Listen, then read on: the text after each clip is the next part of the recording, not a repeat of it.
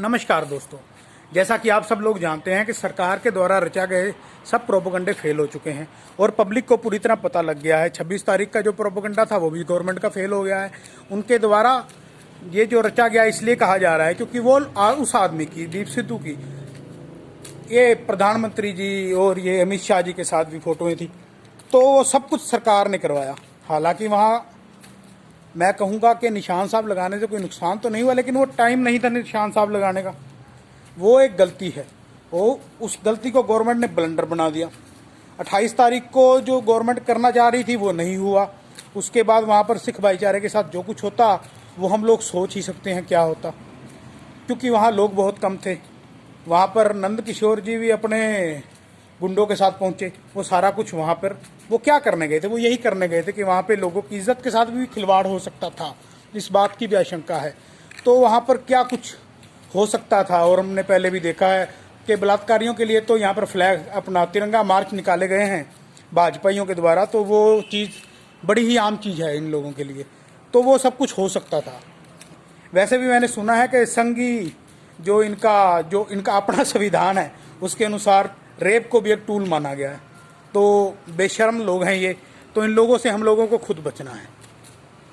तो वहाँ पर जो हुआ उसके बाद उत्तर प्रदेश की नुमाइंदगी बढ़ गई, उससे पहले हरियाणा, उससे पहले पंजाब, तो ये सब लोग घुसे हुए थे, मध्य प्रदेश, राजस्थान, और आप देखिए महाराष्ट्र में भी बहुत बड़े बड़े प्रोग्राम हुए। वहाँ भी लोग 26 तारीख की सपोर्ट करने के लिए अपनी राजधानी में गए। कर्नाटक में बहुत बड़ा प्रोग्राम हुआ। तो वो सब कुछ देशव्यापी है ये, जिसको कल नरेंद्र तोमर जी ने पार्लियामेंट में झूठ बोला कि ये सिर्फ और सिर्फ मात्र एक प्रदेश का आंदोलन है।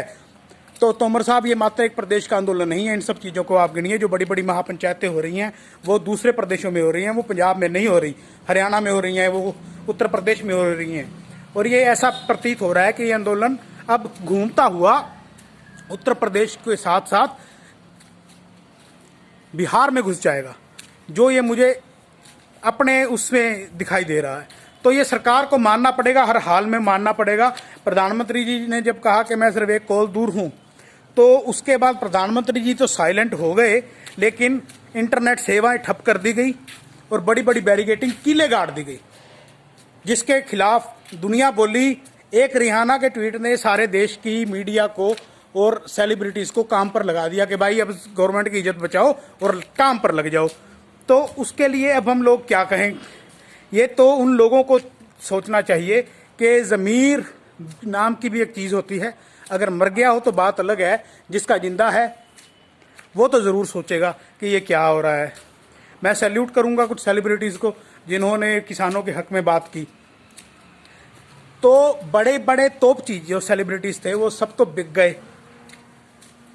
तो उसके अलावा अब हम कहें कि एक ट्वीट ने सरकार को जगा दिया। कमला हैरिस, जिसको कल तक अपना भारतीय भारतीय भारतीय नारी कहा जा रहा था, हमारी है, उसकी भतीजी ने, मीना हैरिस ने जो ट्वीट किया, तो उसको भी लोगों ने गंदी गंदी गालियां दी ट्विटर पर। तो ऐसे तो उसकी भतीजी, अगर वो भारतीय तो उसकी भतीजी को भी भारतीय कहो ना भाई। अगर उसने कोई बात बोल दी तो उसको सहो, उसको जरो, उससे सीख लो। तो मैं ये कहना चाहूँगा कि इस सरकार को घुटनों पर तो आना ही पड़ेगा। आज आ जाए, कल आ जाए, परसों आ जाए, क्योंकि लोगों के आगे किसी की नहीं चलती। अब वो दौर तो चला गया कि राजा को प्रजा का बाप कहा जाता था।